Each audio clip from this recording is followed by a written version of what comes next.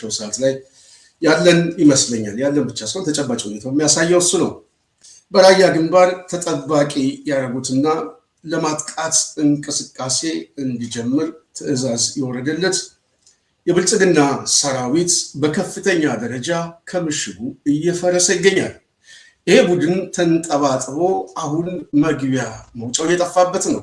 በአጠቃላይ ለማጥቃት የተንቀሳቀሰው የአገዛዙ ሰራዊት ከፍተኛ የሆነ ድንጋጤና ረብሻ እንደዚሁም በአመራሩና በእግረኛው መካከል አለመተማመን ተፈጥሯል። ይሄ ባለበት ሁኔታ በተለይ ከአማራ ክልል ከተለያዩ አካባቢ ሚኒሻዎችንም ሰብስበው ያመጧቸው ኃይሎች በከፍተኛ ደረጃ ግጭት ተፈጥሮ በርካታ ሰዎች የህይወት መስዋዕትነት ከፍለዋል። እንግዲህ በዛሬው ዕለት በዋናነት በራያ ግንባርና በአፋር በኩል የማጥቃት እንቅስቃሴ ተጀምሮብኛል በሚል ቀድሞ ለማጥቃት እንቅስቃሴ ሲያደርግ የነበረው የብልጽግና አገዛዝ ግን በከፍተኛ ደረጃ ከምሽጉም ወጥቶ ምሽጉ ውስጥም ያለው ግዳጅ እየተጠባበቀ ያለው ሰራዊት እየተበታተነ መጥቷል። ትግሉ ተጀመረ። አሁን ግን አለቀ ማለት ይቻላል። በተመሳሳይ እዚሁ አካባቢ ላይ የሚሰማው በጣም የሚገርማቸው በአዲስ አበባ ከፍተኛ አፈሳዎች ተጀምረዋል። እነዚህ አፈሳዎች ምናልባት በትላንትናው ዕለት መሰረት ሚዲያ እንደዘገበው ከውጭ የመጣ ቤተሰብ ለመጠየቅ እንደዚሁ ታፍሶ እስር ቤት ተደብድቦ እንደሞተ ዜናውን ዘግቧል። በተመሳሳይ በየክፍለ ከተማው አዳዲስ ትዕዛዝ ብልጽግና ወርዷል። ከሁሉም ክፍለ ከተማ ከ600 እስከ 1000 ሰዎች ግዴታ ሰዎች እንዲመለመሉ ትዕዛዝ ሰጥቷል። በዚህ ምክንያት ታዲያ አጠቃላይ ስርዓት ውስጥ እየተፈጠረ ያለው መደናገጥ፣ በተመሳሳይ አዲስ አበባ ላይ አብይ አህመድ ያዘጋጀው የምክክር ኮሚሽን መፍረስ፣ እንደዚሁም በግንባር አካባቢ የሚሰሙት የሰራዊቱ መዳከምና መፍረስ ከፍተኛ የሆነ ድንጋጤ ፈጥሮ ይገኛል። እነዚህ ድንጋጤዎች አገዛዙ ወዴት እየሄደ ነው ብሎ ማሰብ ጥሩ ይመስለኛል። ተሸናፊ ሆኗል። ተሸናፊ ሆኗል ሲባል ምን አይነት ሽንፈት የሚሉ ብዙ ሰዎች አሉ። ይህ አገዛዝ የተሸነፈው ቆይቷል። አሁን ግን ሁለመናዊ ሽንፈት ገጥሞታል። ከዚህ የሚወጣበት ምንም አይነት መንገድ አይታየም። ምናልባት በዚህ ጉዳይ ላይ ብዙ ሰዎች የሚናገሩት ለውጥ በኢትዮጵያ ውስጥ በጣም በአጭር ጊዜ ይመጣል፣ አብይ አህመድ ወጥመድ ውስጥ ይገባል፣ ያልታሰበ ህዝባዊ ቁጣ እና አብዮት ይነሳል፣ ምናልባት ቀውሱ ብልጽግናንም ኦህዴድም ነበሩ ወደሚል ሊሸኘው ይችላል ይላሉ። እኔ ሁሉንም እስማማበታለሁ። በብዙ አቅጣጫ የተከበበ ቡድን ነው። ይህ ቡድን አሁን ከጦርነት መፋጠጥ ጋር በተያያዘ በተለይ በራያ በአፋር በኩል እንደዚሁ በተመሳሳይ የተለያዩ ዝግጅቶች እንደነበሯቸው ግልጽ ነው። እነዚህን ዝግጅቶች ራሱ የብልጽግና ሰራዊት ምናልባት ከሂደቱ እየተንጠባጠበ እየመጣ ነው። አሁን የሚሰሙ አዳዲስ ነገሮች ግን በሰራዊት ውስጥም ከፍተኛ ችግሮች እየተፈጠሩ ነው፣ በተለይ በከፍተኛ አመራሩ። ምክንያቱም ኢትዮጵያ ውስጥ ያለው ቀውስ ከቀውስ ወደ ቀውስ ይሄ ሰውዬ ይዞን ገደል እየገባ ነው፣ ሰራዊቱ እየዳከመ ነው። ጦርነቱ ደግሞ መልኩን እያሰፋ ስለመጣ ከዚህ በኋላ ያለን ብቸኛ ምርጫ እንግዲህ ለውጥ የሚመጣበትን ድርድር ወይም አስገዳጅ ሁኔታ መፍጠር ይሻላል እንጂ ብዙ ርቀት መሄድ አንችልም የሚል አቋም የያዙ ሰዎችም እንዳሉ እየተሰማ ነው። ምናልባት ለለውጥ ከሚታገሉ ኃይሎች ጋር እነዚህ ኃይሎች ኮንታክት እያደረጉ በአጠቃላይ ሰራዊት ውስጥ ያለውን አሰላለፍ ሳቦታጅ በማድረግ የለውጥ ሂደቱን ሊያፈጥኑት እንደሚችሉ ተጠባቂ ይሆናል። እሱ ብቻ ሳይሆን አገዛዙ በዋናነት አሁን ካለው ቁመና ከዚህ በኋላ ሀገር ተቀብሎ ማስተዳደር የማይችልበት ጊዜ ላይ ነው። ምናልባት ይህንን ሁኔታ መገምገም ለሚችል ሰው በጣም ቀላል ነው። አብይ አህመድ ይዞት የሄደው ሀገሪቷን ብቻ ሳይሆን አጠቃላይ የድጋፍ መሰረቴ የሚለውንም በተመሳሳይ ብልጽግናን ኦህዴድን የታሪክ ጠባሳ ላይ ሊጥላቸው ጫፍ ላይ የቆመ ይመስለኛል። ይሄ ጉዳይ ግን ፖለቲካዊ መልክና ትንተና ልንሰጥበት ይገባል ማለት ነው። የጥና ቤተሰቦች ከዚህ ሀሳብ እየተነሳው የተለያዩ ሀሳቦችን ወደ እናንተ እናካፍላለን ማለት ነው። እንግዲህ ከዚህ ጦርነት ጋር በተያያዘ ብዙ ኃይሎች ሁኔታው ምንድን ነው ብሎ ሊገምቱ የሚችሉ አሉ። የጦርነቱ መልክ ተጀመረ ሳይሆን እያለቀ የመጣ ጉዳይ ነው። ጦርነቱ ባለፉት 8 ዓመታት ነው ከአብይ አገዛዝ ጋር የነበረው እልህ አስጨራሽ ጦርነት። እነዚህ ጦርነቶች ሁልጊዜ እንደምለው ሁለት መልኮች አሏቸው። ፖለቲካዊ መልኮች፣ ወታደራዊ እንቅስቃሴዎች ናቸው። ይሄ ቡድን የተሸነፈው በሁለቱም ሲሸነፍ የመጨረሻ ምርጫ ያደረገው አሁን አስገዳጅ ሁኔታ ውስጥ መግባት ነው። ሰዎችን ወደ ማፈስ ገብቷል። አብይ በቀጥታ ወደ ደርግ ስርዓት ውስጥ ከተቀየረ ቢቆይም አሁን ግን ዘመቻ አውጇል። በአደባባይ አዲስ አበባ ላይ ከፍተኛ ሰዎች አፈሳ እየታፈሱ ሲሆን እነዚህ የሚታፈሱ ሰዎች በዋናነት ወዴት እንደሚሄዱም አይታወቅም።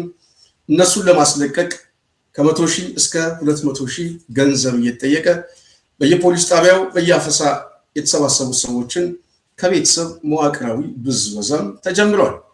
እሱ ብቻ ሳይሆን ሰዎች ታስረው እስር ቤት ውስጥም እየተደበደቡ ህይወታቸው አልፏል። የመጨረሻው የፍጻሜ ማሳያ ግን እሱ ብቻ አይደለም። ምናልባት ፖለቲካሊ በደንብ ንባብ ለሚኖራቸው ሰው ይህ አገዛዝ ከዚህ በፊት የነበረ የፖለቲካ መልኮችና አሁን ያለበትን ቁመና ስንገመግመው ምናልባት በሚቃወሙ ሰዎች የሚነገረው ሳይሆን በራሱ እዛው መሬት ላይ ባሉ ሰዎች በተለይ ደግሞ በብልጽግና ውስጥ ያሉ ሰዎች እነሱን ሸጦ ወደ ኃይል አስተላለፉን ማዛባት ወይ መቀየር በራሱ በአገዛዙ ላይ ማሳመጽ ከፍተኛ የሆነ የፖለቲካ ድል። እነዚህ የፖለቲካ ድሎች ዝም ብሎ አይመጡም፣ በትግል ነው የሚመጡት። በማሳያ፣ በትርክት፣ በመረጃ፣ በፕሮፓጋንዳ የሚመጡ ናቸው። እንግዲህ ኢትዮጵያ ውስጥ ያለውን ፖለቲካ ብዙ ሰዎች መገንዘብ ያለባቸው አንድ ፖለቲሻን ምናልባት የፖለቲካ ትንተና ለሚሰራ ሰው የሀሳብ ገበያ የሚሸጥበት አይደለም። የአሸናፊነት የገበያ አሰላለፍ ነው። ይሄ አሸናፊነት ከጉልበት ይመጣል። ስለዚህ አንዱ የኃይል አሰላለፍ ከአንዱ ጋር የሚጋጭበት ፖለቲካዊ ኮንፍሊክቱ በጣም ከባድ ነው። የሀገረ መንግስት መናወጥ የሚያመጣ ነው። በእኛ አውድ የፖለቲካ ሁኔታ በተለይ ኦህዴድ ወደ ስልጣን በመጣበት ሰዓት ውስጥ ብዙ ሰው ያልተገነዘበው ግን እየተገነዘበ የመጣው ይሄ ቡድን በዋናነት ሀገሪቷን ወደ ቀውስ የሚከት ቡድን ነው። ስለዚህ ቀውሱና መልኮቹን የሚያዩ ሰዎች ትላንት ቆመው ዛሬ ማየት ችለዋል ማለት ነው። በተለይ ለህዝቡ ለማስረዳት የሚመጣውን ችግር ለመከላከል በዋናነት መደራጀት እንዳለበት ግልጽ ነው ማለት ነው። ይህንን የሚያደርግ ምናልባት እንደ ኦህዴድ ያለ ስርዓት ቀደም ሲል እኛም ስንገልጽ የነበረው ህዝቡም ሲያቅ የበለጠ ለውጥ የሚመጣበት ሂደት ውስጥ እንደሚገባ ተስፋ ስናደርግ የነበረው የጽናት ቤተሰቦች ሀሳብ የምትሰጡ ከልብ እናመሰግናለን። ሀሳብ ስጡ። ምናልባት ድምፄ የማይሰማ ከሆነ እዚሁ ላይ ሀሳባችሁን ግለጹልኝ። የኦህዴድን ትክክለኛ ፖለቲካዊ መልክ ለማየት ብዙ ዋጋ ቢያስከፍልም በአጭር ጊዜ ግን ትክክለኛ መልኮቹ እየተገለጡ ሲመጡ ብዙ ህዝብ ለማንቃት ተችሏል። ውጤት ማምጣት ግን በአጭር ጊዜ በዚህች አጭር ጊዜ የኛ ብቻ ወይም በዚህ ሂደት ውስጥ ያሉ ሰዎች ብቻ ሳይሆን ራሱ አብይ አህመድ እና ኦህዴድ አግዞናል ብዬ አስባለሁ። እነዚህ ኃይሎች ያገዙን ለምንድን ነው? ያገዙን ከፖለቲካ ፍላጎታቸው ነው። ቅድም ብያቸዋለሁ። የአሸናፊነት የፖለቲካ ብያኔ የሚሰጥበት ነው። በዋናነት በተለይ ከዚህ ከብሔርተኝነቱ ጋር በተያያዘ ችግሮች አሉብኝ የሚል ከቁስል ትንተና የሚመጣ ጨቋኝ ተጨቋኝ የሚል ትርክት ያሳደገው የፖለቲካ ሊቅ ፖለቲካው ላይ ሲመጣ ወደፊት ሲመጣ ያለውን የፓወር አሰላለፍ ተጠቅሞ ይሄኛውን የተሸነፈውን ኃይል መጨቆን ነው። በህግ ይጨቁናል፣ በትርክት ይጨቁናል፣ በመዋቅር ይጨቁናል። ኦህዴድ ወደ ስልጣን በመጣበት ባለፉት 8 ዓመታት የነበረው ሁኔታ በተወሰነ መልኩ ላስረዳችሁ። አንደኛው በዋናነት በትርክትና በአንጻራዊነት በመረጃ እንደዚሁም በፕሮፓጋንዳ የሚደረግ ትግሎች ነበሩ። ወደ ስልጣን በመጣበት ሰዓት ኦህዴድ ማለት ይሄ ነው፣ ከኋላ ያለው ስሜቱ ይሄ ነው ምናምን የሚል ቅስቀሳዎች ቢኖሩም ብዙሃኑ ህዝብ ግን ሊገዛው አልቻለም። ለምን ሊገዛው አልቻለም? ለውጥ ገና በመጣበት ሰዓት ውስጥ ትቸኩላላችሁ፣ ትንሽ ጠብቁ፣ ተረጋጉ ምናምን የሚል ዲስኮርስ ነው የሚመጣው። ይህንን ደግሞ በራሱ ያገዛዙ ካውንተሮች አሉ። ሚዲያውን ወይም ፖለቲከኛውን ወይም ማንኛውም አክቲቪስቱም ቢሆን እሱን አታክ የሚያደርጉለት የሚጠቀመው ምንድነው? ማጠልሸት ነው። ካራክተር እያደረገ ሰዎች ከፖለቲካ ውስጥ እንዲወጡ ማግለል ነው። ስም መስጠት ነው። ምናልባት የድንቁርና ፖለቲካ ኦህዴድ እንደገባው አድርጎ ሌላው ሰው እንዳልገባው አድርጎ የሚጫወት እንደዚህ አይነት የፕሮፓጋንዳ ናሬቲቭ ነው የሚጠቀሙት፣ ዋናው ተጫዋቾቹን ወደ ውጭ ለማውጣት። ይህንን ለማስረዳት የሚቻልበት አውድ በተወሰነ መልኩ አንዳንድ ሰዎች በግል ቢፍጨረጨሩ፣ በአጭር ጊዜ ግን ከሚናገሩት ሰዎች ውጪ ኦህዴድም አብይ አህመድም ካለበት እቡይ የሆነ ስሜት፣ ኦህዴድ ካለው ጠቅላይ አመለካከት፣ እንደዚሁም ከውስጡ ያለው ጥላቻ እነሱ ራሳቸው እያወጡ ሽመልስ አብዲሳን መጥቀስ ይቻላል። በሰበሩን ቦታ ሰበርናቸው ምናምን፣ አሁን መጨፈር ትችላለህ፣ ጊዜው የኛ ነው፣ ቁማሩን በላ ነው፣ አደናግረን፣ እንደዚህ አይነት ተረክቶች በራሱ እንደ ግብአት እየሆኑ መጡ ማለት ነው። ስለዚህ እነዚህ ትርክቶች ሲመጡ ወደ ሁለተኛው ፌዝ ነው የመጣው። ወደ ሁለተኛው ፌዝ አብይ አህመድ ሁለት ጉዳዮችን አመጣ። አንዱ ጦርነት ነው፣ ሁለተኛ ውጤቱ። ከጦርነት ጋር በተያዘ በተለይ ከህወሓት ጋር የነበረውን ጦርነት ሁላችሁ የምታስታውሱት ነው። የአብይ አህመድ ወደ ጦርነት ለመግባት የሄደበት ፖለቲካዊ ትርክቶቹ፣ የሚሰጠው ስም፣ የሚያጠቃበት ይሄ ጄኖሳይድ ቅስቀሳዎች፣ ማህበረሰባዊ መገለጫዎች፣ ሰዎችን የሚያደናግርበትና የሚያታልልበት መልኮች፣ እነዚህን ሁሉ ገጣጥመን ስናያቸው ጦረኛ የሆነ አመለካከትና ከዛ የሚያተርፈው ውጤት ሰው በጉዳቱ ላይ በተወሰነ መልኩ መገምገም ቻለ ማለት ነው። ከዚሁ ጋር በተያያዘ የፕሮፓጋንዳ አጠቃቀሙ፣ የመረጃ አጠቃቀሙ በተመሳሳይ አንድ ባንድ ለማጥቃት የሚሄድበት መልኮቹ ሊቃኑን ማህበረሰቡን እያነቃው የዚህ አገዛዝ ትክክለኛ ባህሪ እየታየ መጣ ማለት ነው። በዛን ሰዓት ሁለተኛው ፌዝ ላይ ምናልባት ቀደም ብለው ይህንን ቡድን የገመቱትና መዳረሻውን ያስቀመጡት ሊቃን በተወሰነ መልኩ ቀላል የማይባል ሰው እየተረዳቸው ቢመጣም ብዙሃኑ ህዝብ ግን በዚህ ችግር ውስጥ እየተገለጠለት አልመጣም። ሊቃኑ ግን መንጠባጠብ ጀመረ። በተለይ ከዚህ ከጦርነቱና ከውጤቱ በአጠቃላይ ካስከተለው አደጋ። ወደ ሶስተኛው ምዕራፍ ግን ስንመጣ ሶስተኛው ምዕራፍ ምንድን ነው? ሶስተኛው ምዕራፍ ብልጽግና በሁለመናዊ ፖለቲካዊ ግምገማ ተሸነፈ። በሁለመናዊ ፖለቲካዊ ግምገማ ነው የምታቸው። በሁለመናዊ ስል በማንኛው በአጠቃላይ በፖለቲካው፣ በማህበራዊ፣ በኢኮኖሚው፣ በመንግስት አስተዳደር፣ በመረጃው፣ በትርክት መገለጫው አጠቃላይ ሽንፈት ገጠመው። ይሄ ሁለመናዊ ሽንፈት በዋናነት ሰው ማስረዳት ሳይሆን ከዚህ በኋላ የሚጠበቀው ከሽንፈቱ የመጣ በማህበረሰቡና በሀገረ መንግስት እንደዚሁም በእያንዳንዱ ዜጋ የደረሰበት ከጦርነት፣ ከችግር፣ ማህበራዊ ቀውስ፣ ፖለቲካዊ ቀውስ፣ የጸጥታ ቀውስ በአጠቃላይ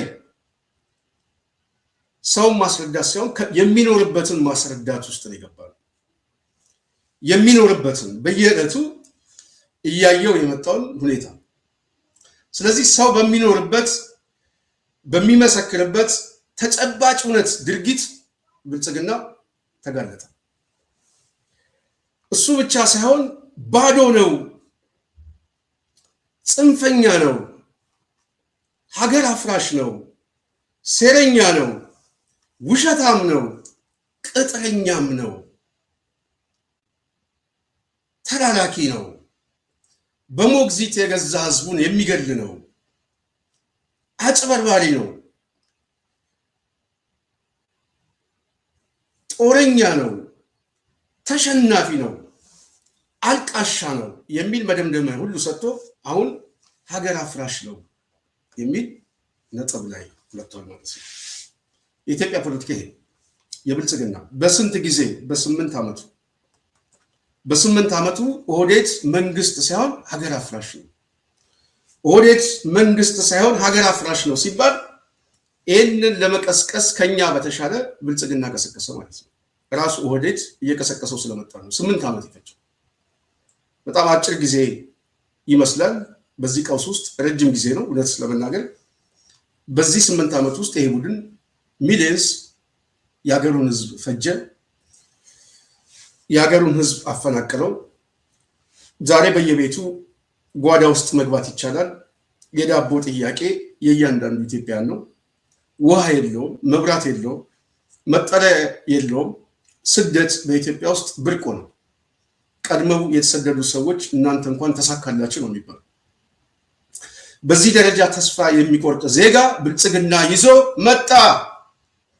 እዚህ ላይ ሲመጣ ትላንት ቀድመው ይህንን የገመቱት ሰዎች ያስቀመጡት ሰዎች ወደ ትክክለኛ መስመር መጡ ማለት ነው። ትክክለኛ የሆነ ፖለቲካዊ አረዳዳቸው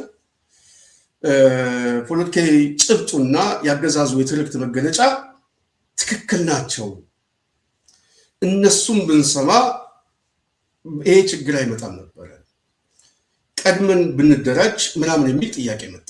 ግን ከ8 ዓመት በኋላ ይዞት የመጣው ጦርነት ብቻ ሳይሆን ግዙፍ የሆነ በኢትዮጵያ ውስጥ የተለያዩ መልኮች ተፈጠሩ ማለት ነው። ከፖለቲካ ቀውሱ ከጦርነት ቀውሱ ያዋለደው በኢትዮጵያ ፖለቲካ ላይ ብቻ አይደለም፣ በዚህ አውድ ላይ ብቻ ሳይሆን በኢትዮጵያ ዙሪያ ያለ ጎረቤት ሀገሮች ሁሉ የዚህ የቀውሱ ተሳታፊ ሆኑ ማለት ነው። ስለዚህ ብልጽግና ከኢትዮጵያን አልፎ ሌሎች ሀገሮች የህልውና አደጋ ሆነ።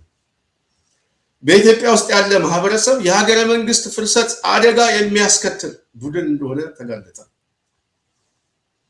ጦረኛ ነው፣ ጽንፈኛ ነው ምናምን የሚለው እሱ በጣም በጣም ትንሽ ነገር ሆኗል። ስለዚህ አሁን ብልጽግናን በ8 ዓመት ለማስረዳት ሳይሆን ለመጣል የተሰባሰበ ኃይል፣ ነፍጥ ያነሳው ኃይል፣ የአማራው ኃይል፣ ተመሳሳይ በህወሓት በኩል ያለው ግዙፍ ኃይል ይህንን ቡድን ያደራጀውን ሰራዊት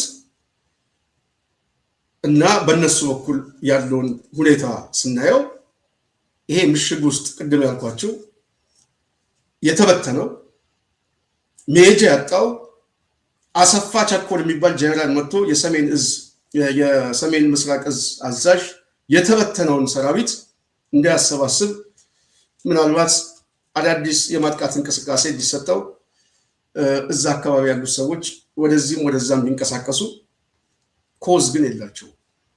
ዛሬ የኢትዮጵያ ህዝብ አገዛዙ ያለው ኮዝ ሁለቱ ይለያዩ። እነዚህ የሚሞቱት ጀነራሎችም ወይም የሚገድሏቸው ወይም እንዲሞቱ የሰበሰቧቸው ሰራዊት ኢትዮጵያን ለማዳን ሳይሆን ኦህዴድን ለማዳን እንደሆነ ኦህዴድ አዲስ አበባ ላይ መሰከረ። ምን ብሎ መሰከረ? ከተማው የኔ ነው፣ ሌሎቹ መጤዎች ናቸው። ራሱ አብይ አህመድ ባደራጀው ራሱ ብልጽግና በሰበሰበው የብልጽግና ደሴት ፍርሰት ገጠመው። ይሄ ፍርሰት ይህንን ቡድን ለሚታገሉ ከፍተኛ ድል አስመዘገቡ ማለት ነው። ስለዚህ ፍርሰቱ ከራሱ ሲመጣ ኮዝ የሌለው ሰራዊት ይበተናል፣ ይደመሰሳል፣ ይሸነፋል። ኮዝ ያላቸው ኃይሎች ግን ራሳቸውን ለማዳን አካባቢውንም ለማዳን በተመሳሳይ ሀገረ መንግስቱን ለማዳን ህዝቡን ለማዳን ወደ ማሸነፍ ይሄዳሉ ማለት ነው። የኢትዮጵያ ፖለቲካ እዚህ ላይ ቆመን ስናየው ብልጽግና ተሸንፎ ተንኮታክቶ ሁለት ድሎችን አስመዝግበን ቆመን እንገኛለን ማለት ነው። እነዚህ ሁለት ድሎች ቀደም ካስቀመጥኩላችሁ በተጨባጭ እመጣለሁ። የጽናት ቤተሰቦች ከኛ ጋር ስላላችሁ ከልብ እናመሰግናለን። ጽናትን የደገፋችሁ ወንድሞች ከልብ እናመሰግናለን። ደግፉ፣ ጽናትን ደግፉ። ይህንን ካልኩኝ አሁን በዚህ ቁመና ላይ ባለንበት ሰዓት የአብይ ሁኔታ ምንድን ነው ስንል ተሸናፊ ሆኗል። መሄጃ አጥቷል። ሰዎችም ማመን አቅቶታል። ቤተመንግስት ውስጥ ሳምንት 15 ቀን ሆኗል። እንቅልፍም አይተኛም። ዝናሽም ተጨንቃለች። ልጆቹም እንደዛው ምናልባት ቀድሞ አሽሿቸው ቢሆንም በዋናነት የሰውየው ጤና ችግር ግን ጥያቄ ምልክት ውስጥ የሚገባ የለም። እዚህ ችግር ውስጥ ሲገባ በዋናነት ህዝቡ አኩርፏል። በአጠቃላይ መዋቅሩ እየተበተነ ነው። በተመሳሳይ የደራጀ ኃይል ትብብር የሚል ደግሞ አሊያንስ ፈጥረውበታል። እነዚህ የተባበሩ ኃይሎች የታጠቁ ኃይሎች ኮዝ ከሌለው ሰራዊት ጋር አሸንፎት እንደሚመጡ ያውቃል። የሚሸነፉት የሰራዊቱ ኃይሎች ግን ከምንሸነፍ ከምንደመሰስ በልተን እንቀደስ አይነት ጨዋታ ሊያስቡ እንደሚችል ይገባል። ፖለቲካ ለሚያነብሰው የመውጫ መንገድ ይፈልጋሉ። ስለዚህ የራሱ ሰራዊትም ዛሬ አብይ ያስጨንቀዋል። የራሱ የብልጽግና ማዕከላዊ ኮሚቴ ያስጨንቀዋል። አዲስ አበባ ውስጥ የሰበሰባቸው 4000 ሰዎች ያስጨንቁታል። ኦህዴድም ያስጨንቀዋል። ብልጽግናም ያስጨንቀዋል። አፋብን ያስጨንቀዋል። በተመሳሳይ ህወሓት ያስጨንቀዋል። የኤርትራ መንግስት ያስጨንቀዋል። ሱዳን ያስጨንቀዋል። ይሄ አገዛዝ ውድቀቱን አፍንጫው ላይ ይዞት መጣ ማለት ነው። ውድቀቱን አፍንጫው ላይ ይዞት ሲመጣ ከዚህ በፊት ሁሉ ጊዜ እንደምላችሁ የወደቀ ቡድን በተለይ በኢትዮጵያ ኮንቴክስት ሁሉ ጊዜ መገንዘብ ያለባችሁ ፖለቲካው የአይዲያ ሽያጭ አይደለም። ፖለቲካችን የሐሳብ ክርክር ይዘን እንኳን ብንመጣ እሱን ገዝቶ ወደፊት ሊያመጣ የሚችል አንደኛ ህዝቡ ስልጣን የለው። ህዝቡ ሉዓላዊ ስልጣኑን አገዛዙ ቀምቶታል። አገዛዙ ደግሞ በቀለኛ አገዛዝ ነው። በሐሳብ ሳይሆን ሐሳብ ሸጦ ሳይሆን አገዛዙ በዋናነት ትግል ውስጥ ያለው ወይም ሌሎች የሚታገላቸው በጉልበት ነው። አሸናፊነቱን ደግሞ በይን ይፈልጋል። ከስልጣን የሚመጣ ደግሞ ጥቅም አለ። ስለዚህ ይሄ ከስልጣን የሚመጣ ጥቅም አሸናፊና ተሸናፊ የሚል የፖለቲካ ብያኔ የታሪክ የተለያዩ የተንሻፈፈ አረዳድ ያለው ሊቅ የኢትዮጵያ ፖለቲካ ስልጣን ላይ ሲይዝ የፈጠረው ቀውስና አጠቃላይ በህዝብ ውስጥ ያለው መተፋት ወደ ተስፋ መቁረጥ ውስጥ ሲገባ ብቸኛ ምርጫው ከህዝቡ ይወጣና ወደ ሁለተኛ ፌዝ ይገባል ማለት ነው። ትክክለኛ መልኩ እየተገለጠ ይመጣል። ዛሬ ብልጽግና ትክክለኛ መልኩ እየተገለጸ መጥቷል። አንዱ ትክክለኛ መልኩ በሁለት ጉዳዮችን ላስቀምጥላችሁ። ፖለቲካው ሲቃወስ ወታደራዊ እንቅስቃሴውም አደጋ ውስጥ ሲከተው መልኮቹ እየተቀየሩበት ሲመጣ አብይ አህመድ የሄደው ወዴት ነው?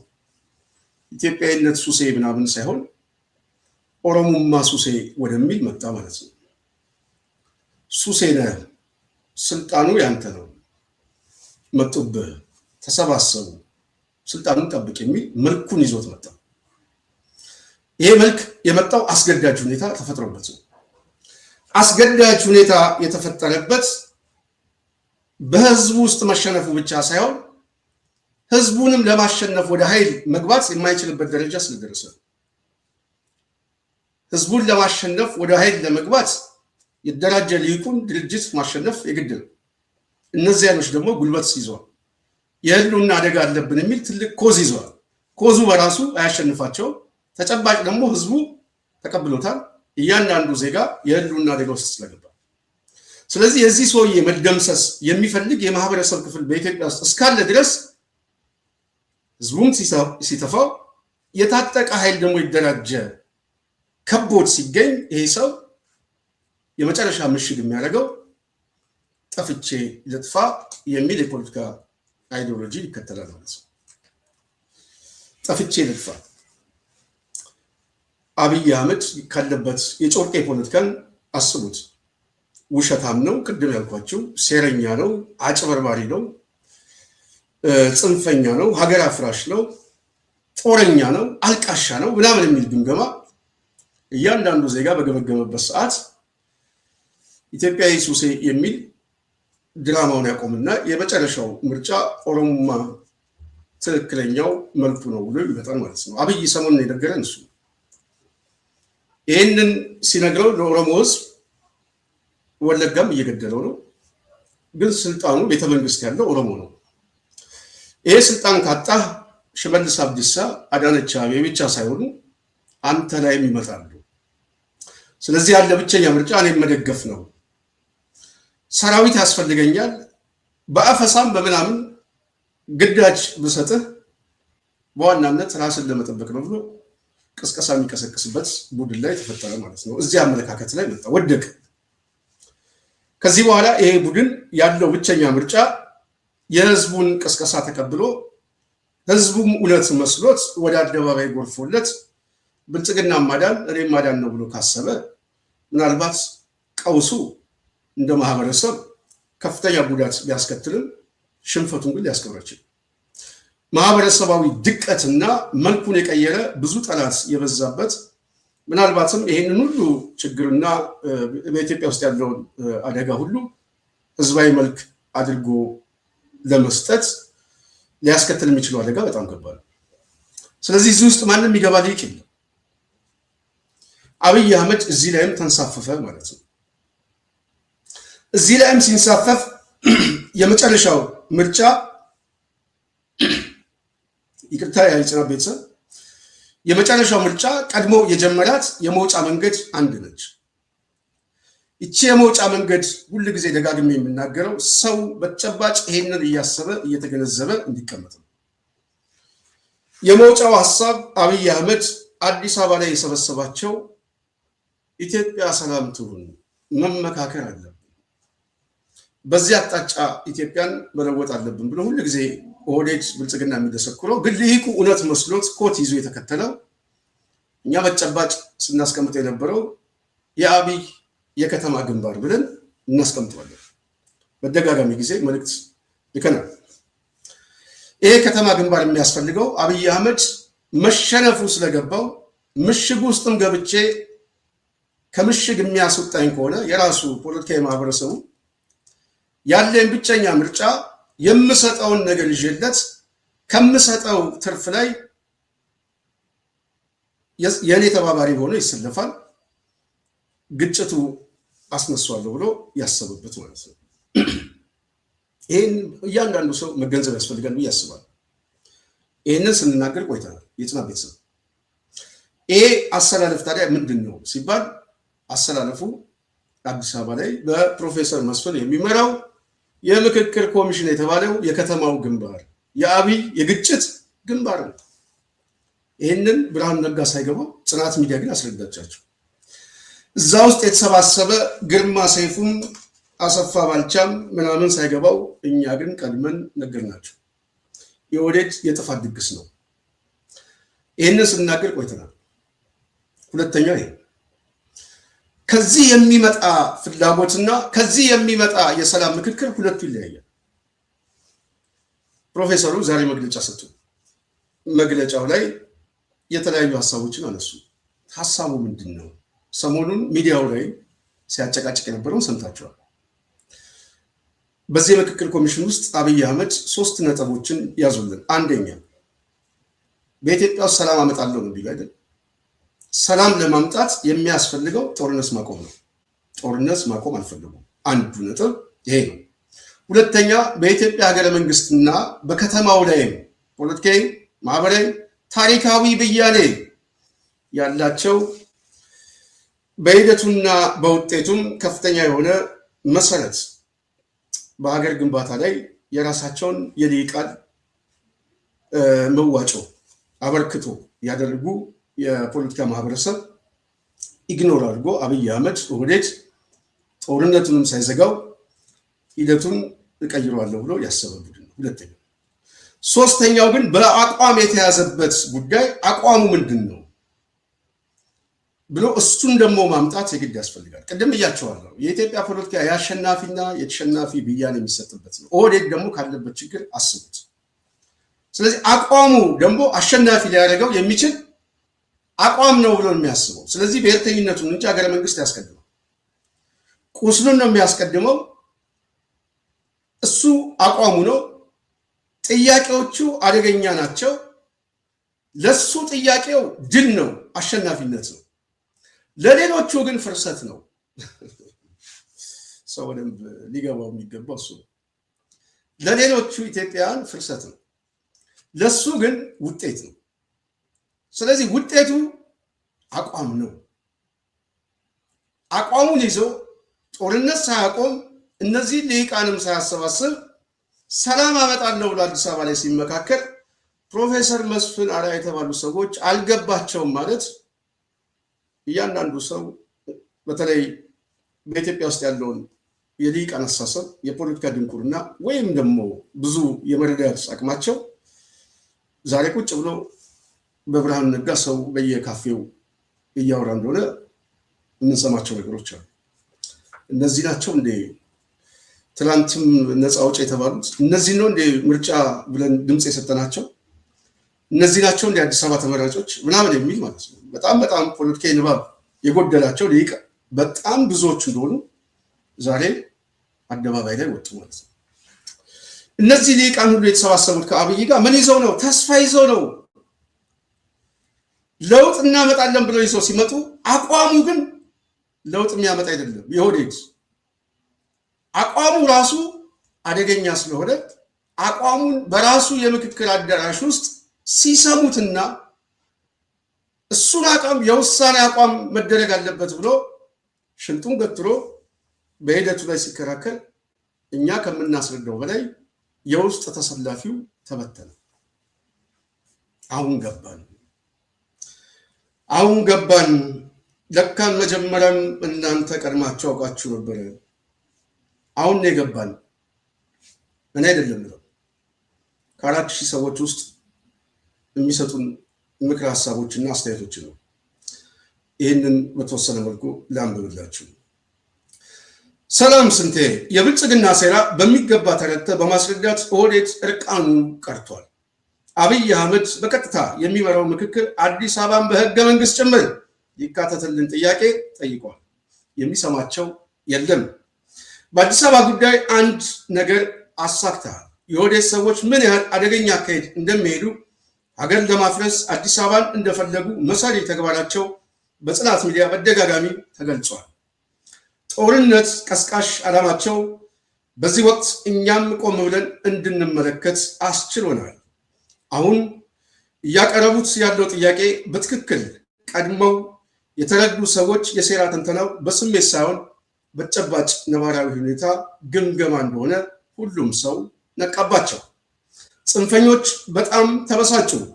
ከዚህ በኋላ ሀገር የማስተዳደር አቅም ዝግጅት እንደሌላቸው በተሰብሳቢው ፊት ራሳቸውን አዋረዱ። ይህ የጥረታችሁ ውጤት ነው። ሰውን ለማንቃት እስከሆነ ድረስ የምትሰሩት በዚህ ተግባራችሁ መቀጠል ያስፈልጋል ይላል። ይሄ ሶሻል ሚዲያ ላይ ለቅቄዋለሁ። ይሄን የምነግራችሁ ከጭቅጭቁ ከድብድቡ ውስጥ ካለው ስሜት የብልጽግና መፍረስ ማሳያዎች ሆነው መጥተዋል ማለት ነው። ብልጽግና ሲፈርስ ግን ተሳታፊ ብቻ ሳይሆን ምክክሩም ፈረሰ። ይሄን ነው የምነግራችሁ። ምክክሩም ፈረሰ ስላችሁ ኮሚሽኑም እየፈረሰ ነው። ላሰማችሁ። የመጣ እንደመሆናችን መጠን ለዘመናት አካባቢዎቻችን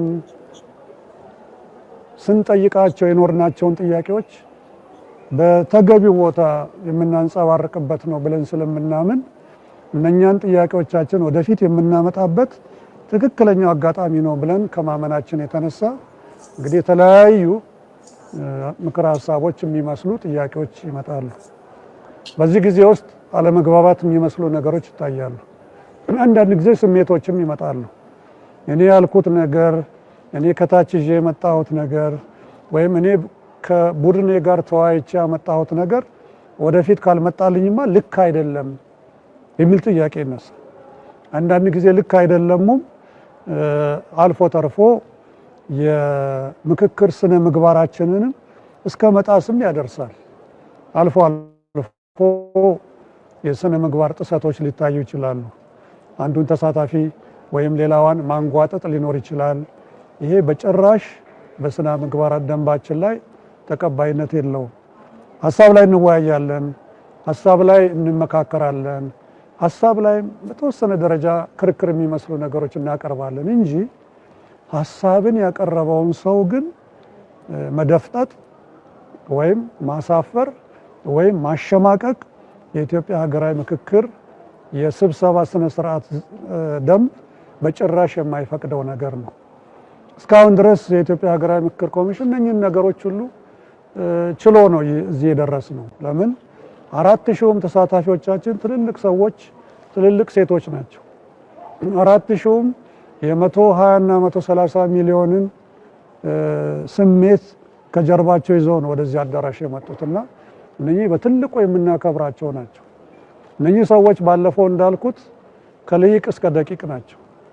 እነኚህ ሰዎች ባለፈው እንዳልኩት ከሚኒስትር ጀምሮ እስከ አርብቶ አደር እስከ አርሶ አደር ድረስ ናቸው። የሚከበር ሀሳብ ይዘው ነው የመጡት። ስለዚህ በዚህ ስነ ምግባር ሂደት እንሂድ ካል እንደ ትምህርት ቤት አንተ ይሄን አጥፍተሃል፣ የመጨረሻ ማስጠንቀቂያ፣ አንቺ ይሄን አጥፍተሻል፣ በዚህ ስነ ምግባር መሰረት ከዛሬ ጀምሮ እዚህ ስብሰባ ላይ አትገኝም የምንልበትን አግባብ አልተከተልንም። ስለዚህ አሁንም የምናሳስበው ለተመካካሪዎቻችን፣ ለአመካካሪዎቻችን፣ ለፓነል ኦፍ ኤክስፐርቶቻችን፣ ለሁላችንም እኔንም ጨምሮ የማስተላልፈው መልእክት ቢኖር በዚህ ምክክር ሂደት ውስጥ አንደኛው መርህ መከባበር ነው። ሁለተኛው መነጋገር፣ መደማመጥና ወደ መሃል መምጣት ነው። ሶስተኛው ትልቁ ነገር ልናሰምርበት የሚገባው ነገር ቢኖር በየመንደራችን በየአካባቢያችን ይዘን የመጣነውን ጥያቄ እዚህ መልሰልን ሄድ አይደለም እዚህ የመጣ ነው። እዚህ የመጣ ነው ሀገራችንን ኢትዮጵያን ማዕከል አድርገን መሆን አለበት። ይሄ በትክክል ሊሰመርበት ይገባል። ሌላው ልናገር የምፈልገው ነገር ቢኖር እዚህ በአሁኑ ሰዓት ውሳኔዎች እየወሰንን አይደለም። እስካሁን ድረስ አንድም ውሳኔ በአንድም አጀንዳ ላይ አልተሰጠም። ምናልባትም ወደፊትም አይሰጥም። ውሳኔ የሚሰጠው ምንድነው? ምክረ ሀሳብ ነው። ምክረ ሀሳብ በእያንዳንዱ አጀንዳ ላይ እንደዚህ ቢሆን አቅጣጫው በዚህ ቢሄድ እና ተግባራዊ አካላት ይህንን ቢያደርጉ ተብሎ ባለፈውም እንዳልኩት ለህግ አስፈጻሚውም ለህግ አስከባሪውም ወይም ደግሞ ለህግ አውጪውም ለህግ ተርጓሚው የሚተላለፉ ምክረ ሀሳቦች ይሆናሉ።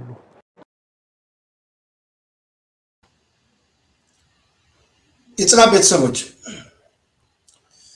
እንግዲህ የሰማችሁት ይመስላል። እዚህ ላይ ትንሽ ሀሳቦችን ልጨምርላችሁ ማለት ነው። ምን አሉ? ምክረ ሀሳብ ነው። ምክረ ሀሳብ እንጂ ወደፊትም አይወሰንም። የተለያዩ ሀሳቦች እየመጡ ነው። አጨቃጫቂ ነው። እንደዚህ አይነት ዲያሎግ በተሞክሮም አጨቃጫቂ ነው የሚል ሀሳቦችን ማስተባበያዎችን ለመስጠት ሞክረዋል። አሁንም ደግሜ የሚሰሙ ከሆነ ከፍተኛ ጭንቀት ውስጥና ምናልባትም ተጠባቂ ያልሆነ ህመምም እየተባባሰባቸው እንደመጣ ሰዎች እየተናገሩ ነው። በየጊዜው ብዙ ጉዳዮች እየተሰሙ እነዚህ ኃይሎች ፖለቲካሊ ዲያሎግ ሳይሆን በአቋም ደረጃ የተያዘ ጽንሰ ሀሳብ ነው። ይሄ በደንብ ሊገለጥላቸው አልቻለም። በአቋም ደረጃ የተያዘ ሀሳብ ኦህዴድ ከማስፈጸም ውጪ ምርጫ የለኝም ብሎ ነው የሚያስበው። ከማስፈጸም ውጪ። ስለዚህ ለሀሳብ ክርክር አይደለም። አጀንዳውን ቁስሌ የሚለውን ወስኑልኝ ነው። ውሳኔው በምክክር እንዲመጣ ነው እንጂ ጥያቄው ግን አቋም ነው። ውጤቱ ግን ሀገር መፍጠር ነው። ይህንን የሚያስችል ሁኔታ ከሌለ የሚፈጥረው ቀውስ ነው።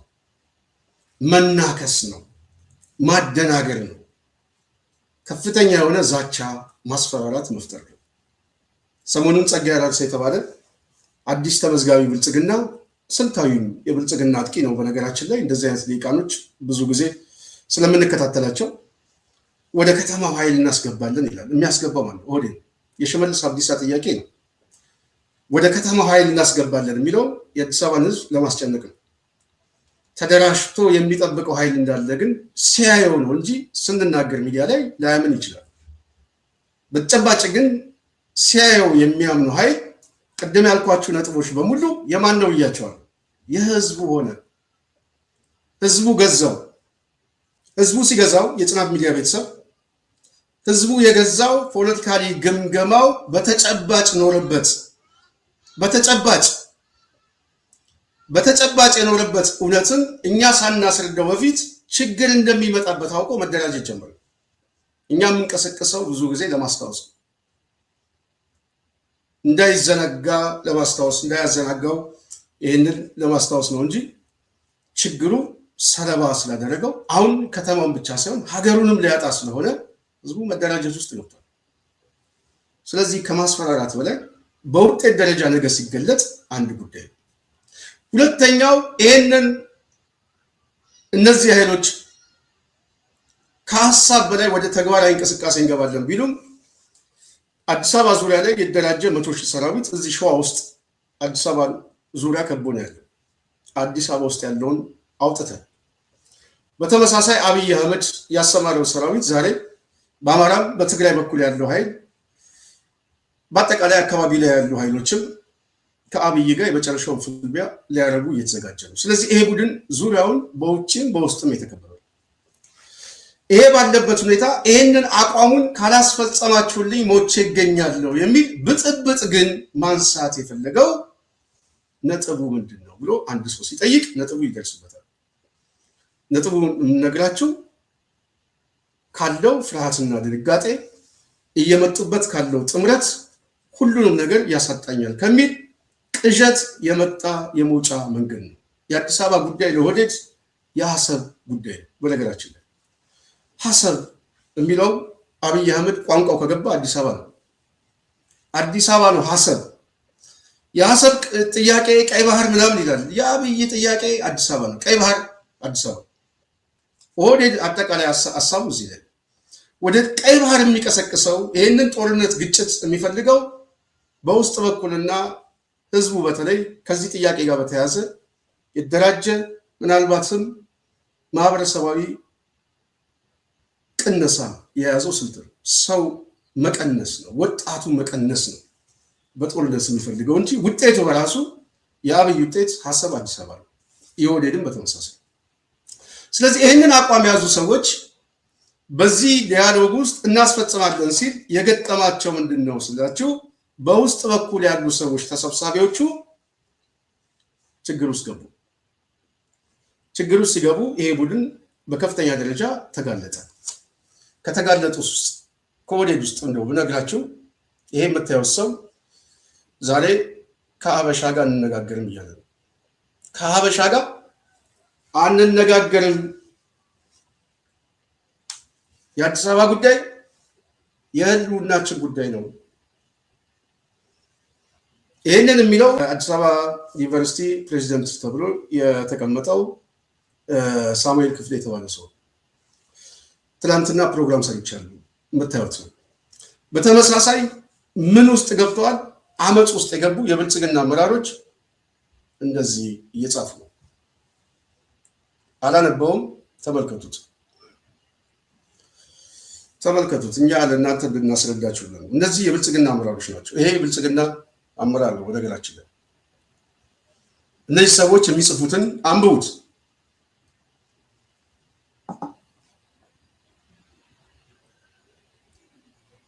ይህንን እያሉ ነው። ይህንን የሚናገሩ ሰዎች ወዴት እየሄዱ ነው? ወደ ብስጭት ውስጥ ለምን ገቡ? አብይ አህመድ ኦቤድን ሄደው የአዲስ አበባ ዩኒቨርሲቲ የተባለው ሰውዬ በቃ ከዚህ በኋላ ከሀበሻ ጋር እናወራም አሉ። የብልጽግና የክፍለ ከተማና የዞን አመራር ያሉት ሰዎች አዲስ አበባ ላይ ያለ ነዋሪ ምንድነው አሉ መውጣት ይችላል። እዚህ ጋር ያለውን ስም አልገልጸውም ነውር ስለሆነ ለአድማጭ ተመልካቾቻችን ስለ ይህን ነውራቸው ህዝቡ የበለጠ አስቆጣው፣ የበለጠ ቁጭት ውስጥ ገባ። ትክክለኛ መልካቸው ሲገለጥ ጥጋባቸው ምንድነው ለሚለው ከሚዲያ በላይ ዛሬ ቤት ለቤት ህዝቡ በጣም ተበሳሽቶ ያለው በጣም እሱ ብቻ ሳይሆን ሌሎቹም በራሳቸው በኢትዮጵያ ፖለቲካ ላይ የፌዴሬሽኑ አካል ነን የሚሉ ክልሎች ነን የሚሉ አናሳ ብሔረሰብ ናቸው የሚላቸው አብይ አህመድ ደቡብን ለምን እንደበተነው በየአካባቢው እየሄደ የግዛት ጉዳይ የሚያነሳው ኢትዮጵያ ውስጥ ያለው የጦርነት ማዕከል አጠቃላይ ቀውሱን የሚያመጡት እነዚህ ሰዎች የመንግስት አስተዳደር ቁመና ስለሌላቸው ብቻ ሳይሆን ከስግብግብ አመለካከት የመጣ አሸናፊነት። ይህንን ካላስፈጸምን ምንድነው የሚሉት? የትግላችን ፍሬ ሞተ ነው የሚሉት። ትግሉ ይፈርሳል። ስለዚህ ይህንን የትግላችን ውጤት የምናጣጥመው ሌሎችን በማሸነፍ ብቻ ሳይሆን በእነሱ መሸነፍ ላይ የተመሰረተ ኢምፓየር እንገነባለን። ኦህዴድ የመጨረሻ አቋሙ ይሄ ስሜት ራሱ ያደራጃቸው ሰዎች ሊገዙታቸው ጽናት ሚዲያ ቀድመን ማንቃት ችለናል። በራሱ ምክክር ኮሚሽኑ ዓላማው ምንድነው? ምን ተፈልጎ ነው? አቋሙ ምንድነው? ምናምን የሚል ፖለቲካዊ ዲስኮርስ መስጠት፣ ይህንን ተንትኖ ማስረዳት ዛሬ ጽናት ብቻ አይደለችም። ይህንን ሀሳብ ስንናገር ከዚህ ሀሳብ ላይ የሚወሰድ የሀሳብ መመጋገቦች አሉ። ሌሎች ሚዲያዎች፣ ሊቃኖች፣ የአማራ ተቆርቋሪዎች፣ የአዲስ አበባ ጉዳይ ገባናል የሚል ቲክቶከር አክቲቪስት ምናምን ሀሳብ ይወስዳል። ቀላል ሰው አይደለም የሚያነቀው። ይህንን ማንቃት ተችሏል። አዳራሽ ውስጥ ያሉት ሰዎች ውዝግብ ውስጥ የገቡት ከወዴት ጥያቄና አቋም ሲመጣ ድንጋጤ ውስጥ ገባ፣ ረብሻ ውስጥ ገቡ፣ ብጥብጥ ውስጥ ገቡ፣ ድብድብ ውስጥ ገቡ። በጣም የሚገርማቸው ያልተወያዩበትን አጀንዳው ራሱ ይፈጸምልን ብሎ መጡ።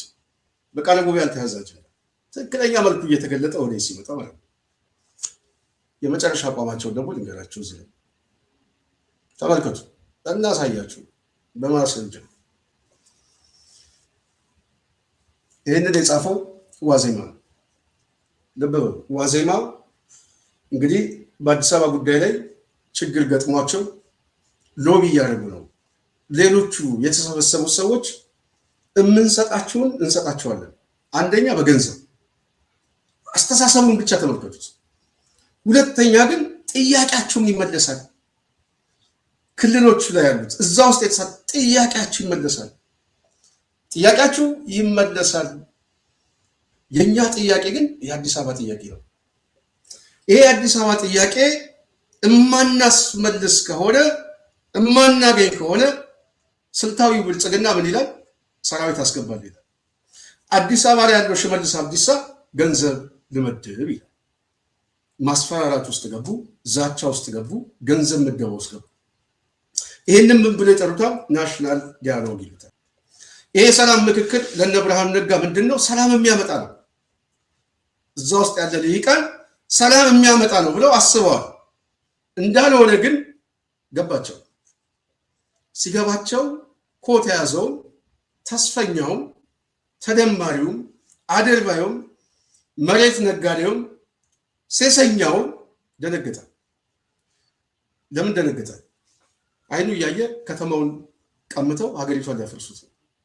ስለዚህ ይሄ የቡርዣ መደብ ሀብት ቢይዝም ሀገር ከሌለው ዋጋ የለው። ሁለተኛ ኦሮሚያ አዲስ አበባን ላስተዳደር ብሎ መጠየቁ በራሱ አዲስ አበባን የማስተዳደር ጉዳይ ሳይሆን አዲስ አበባን ይዞ ሀገር የማፍረስ ጉዳይ ነው። ውጤቱ እሱ ነው። አዲስ አበባን ማስተዳደር ደግሞ አቅም የለው። ቡራዮ ላይ ያለን የሌላ ብሔር ተወላጆች ማስተዳደር ያልቻለ የፖለቲካ ሊቅ እዚህ ጠባብ ከተማ 15-20 ቀበሌ ያለው አዲስ አበባ ላይ ያለውን ከ800 በላይ ወረዳዎች ይሄ ቡድን የማስተዳደር አቅም የለው። አዲስ አበባን ይዞ መሬት የመሸጥ መዝረፍ፣ ሰው መግደል፣ ማፈን እሱ የጀርባ ታሪክ ነው። ከሱ የሚመጣ ጥቅም ያስገበግበዋል። እሱም ብቻ ማግኘት ግን ሳይሆን የሚመጡት የተጣመሩት ኃይሎች ደግሞ ይሄንንም ጥቅም ያሳጡኛል ብሎ ስለሚያስብ ከተማውን መውሰድ አለብኝ ነው የሚለው። መውሰድ አለብኝ እነሱ ሲመጡ እነሱ ሳይቀድሙኝ በፊት አዲስ አበባን አጠሬ ወይ ብጥብጥ ፈጠሬ በሂደቱ ላይ አትርፌ እወጣለሁ ብሎ ስለሚያስብ መልኩን እቀይራለሁ ብሎ ስለሚያስብ ነው። ለዚህ ነው ይሄንን ቡድን በደንብ ወቁት የምንላችሁ ማለት ነው። ይሄንን የምናስረዳው ዛሬ ሳይሆን ትናንት ነው። የገባቸው ሰዎች ግን ዛሬ ነው። የገባቸው ሰዎች ደንግጠው መልእክት እየላኩ ነው። ያልገባቸው ሰዎች ግን ይደመሰሳሉ። በማን በሚመጣውና በህዝቡ ያመጹ። ህዝቡ ዛሬ ቤት ለቤት ተዘጋጅቶ እየጠበቀ ነው። ስጋት ውስጥ እንደገባ እኛ ሳንነግረው ራሳቸው የስጋት ትንተና እየሰጡት ነው። የመጨረሻው የትርክት መገለጫቸው ስድብ ነው። ቅድም እንዳሳየኋችሁ የምን ልጅ እዚህ ከተማ የመጣ ምናምን ብሎ የሚሳደበው ልብ በሉ። በገዛ ሀገሩ ላይ የተወልዶ ያደገው ልጅ በዚህ ደረጃ ስብዕናውን እየነኩት ነው። እነዚህ ሰዎች ናቸው ኢትዮጵያ ላይ ስልጣን ያዙት። እነዚህ ሰዎች ኢትዮጵያ ውስጥ ስልጣን ሲይዙ ጦርነት የመጣው ከዚህ አመለካከታቸው ነው። ይሄ አመለካከታቸው የጠላት ብያኔ ነው። ውጤቱ እሱ ነው። ቂመኝነት ነው። ደም ማፍሰስ በራሱ ግብ ነው። አብይ አህመድ የንጹሃን ደም ሲያፈስ መንገድ እየሰራው ነው ብሎ ነው የሚያስበው። የምን የነገ ጥርጊያ መንገድ እዚህ ኮሌታው ላይ አንጠልጥሎት የሚዞረው እኛ የምናየው ብርሃኑ ነጋ ላየው አለ የሚያስፈጽማት ያ ግብ ነው። ያ የመንገድ ጉዳይ ነው። ስለዚህ ቀውሱ በራሱ እንደ አንድ ትልቅ ስትራቴጂ ነው። ከተማ ውስጥ ያለው ዲያሎግ የሚባለው ራሱ የከተማው ግንባር ነው። በተመሳሳይ አማራ ክልል ጽንፈኛ ምናምን እያለ ሞለክስ የሚገለው ውጤት ነው። ዋሳሰብ ውጤት ነው። ማደህየት፣ የከተማውን ህዝብ ማፈናቀል፣ ስም መስጠት ለልማት እያሉ ዋነኛ የጦርነት መልኮቹ ናቸው። እሱ በጥይት ሳይሆን ከተማው ላይ ያለው አዲስ አበባን የጨረሱት በልማት ስም። ልማት የሚለውን ግን በትንህ የምታይ ፖለቲከኛ ካለ ጦርነት ማለት ነው ለወደቂ። ስለዚህ እነዚህ ሰዎች ዛሬ በዚህ ሁኔታ እየተገለጡ ሲመጡ ከኋላ እና ከፊትም ደግሞ የታጠቀ ኃይል እየከበባቸው ሲመጣ በአስተሳሰብ ሞተው ፖለቲካሊ ተሸንፈው በወታደር ቁመና ተሸንፈው የመጨረሻ ፍጻሜ ላይ ቆሙ። እዚህ ላይ ሆነን ስንነግራቸው ምን ብለን ብንጠራሻል? ትግሉ አለቀ። ነጥቡ ይሄ ነው። ትግሉ አለቀ ስንል ትግል የሚያልቀው ብዙ ጊዜ ሰዎች መረዳት ያለባቸው ድሎች፣ ሁለት ድሎች አሉ። አንዱ የሚታይ ድል ነው። የሚታይ ድል ነው። ቅድም ባስቀመጥኩት በመረጃም በትርክትም በሀሳብ የፕሮፓጋንዳ የበላይነት መውሰድ እና ብዙሃኑ ህዝብ ቢያንስ የለውጥ ፍላጎት እንዲይዝ በአስተሳሰብ ቀርጾ ማዘጋጀት አንዱ ድል ነው። ሁለተኛው ግን የመጨረሻው ውጤት ነው፣ ማሸነፍ። ሁለተኛው ድል ግን የሚታይ ሳይሆን የማይታይ ድል ነው። ድሎች አሉ። ለምሳሌ የፋኖ እንቅስቃሴ ካያችሁ እያሸንፈው በተጨባጭ የሚያሳየው ድል አለ። ይሄ የሚያሳየውን ድል ግን አገዛዙ ምን ያደርገዋል? እንዳይታይ ነው የሚያደርገው። ቁጥሩን ያሳንሰዋል፣ ሐሳቡን ያሳንሰዋል። የሞተበትን ሰራዊት ራሱ አይናገርም፣ በስሙም አይጠራው። ለምን? ሐሳቡ አይዲያው ማህበረሰቡ ስለሚገዛው ድሉን መሸፈን በራሱ አንድ ስትራቴጂ አድርጎ ያው አንድ መታገያ። በውጤት ደረጃ ግን እያሸነፈው። አሁን ያለነው ከነዚህ ከሁለት ድሎች የትኛው ላይ ነው ስንል የማይታየው ሳይሆን የሚታየው ድል ላይ ገብተን። የሚታየው ድል ቅድም ያስቀመጥኩላችሁ ፖለቲካውን አሸንፈን ጨርሰን ማህበረሰቡ ተደራጅቷል። የታጠቀው ኃይል አዲስ አበባ ሊመጣ ምናልባት ተጀምሯል። ከዚህ በኋላ አብይ አህመድ ሳምንት 15 ቀን እስከ ነሐሴ መጨረሻ ድረስ እየቃዠ ሊቀመጥ ይችላል። መደምሰሱ የማይቀር እንደሆነ ግን አልፋና ኦሜጋ ነው። ይሄንን እኛ ስንናገር ዛሬ ሰው ካላመነን ቀውስ ነው፣ ችግር አለበት፣ ፖለቲካሊ ንባብ የለውም። ስለዚህ እሱን ማስረዳት አንችልም። አብይ የሚሰጠው የኢቲቪ ምናምን ዲስኮርስ አለ። እሱን እየሰማ ተስፋ ሊያደርግ ይችላል። አያድነው።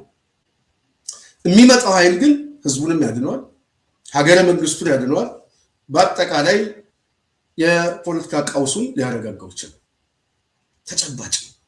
ስለዚህ ምን እየሆነ እየመጣ ነው? የሚመጣው ኃይል መንግስት ሆኖ እየመጣ ነው። ቁመናው ራሱ መንግስት ነው፣ ታጣቂ አይደለም።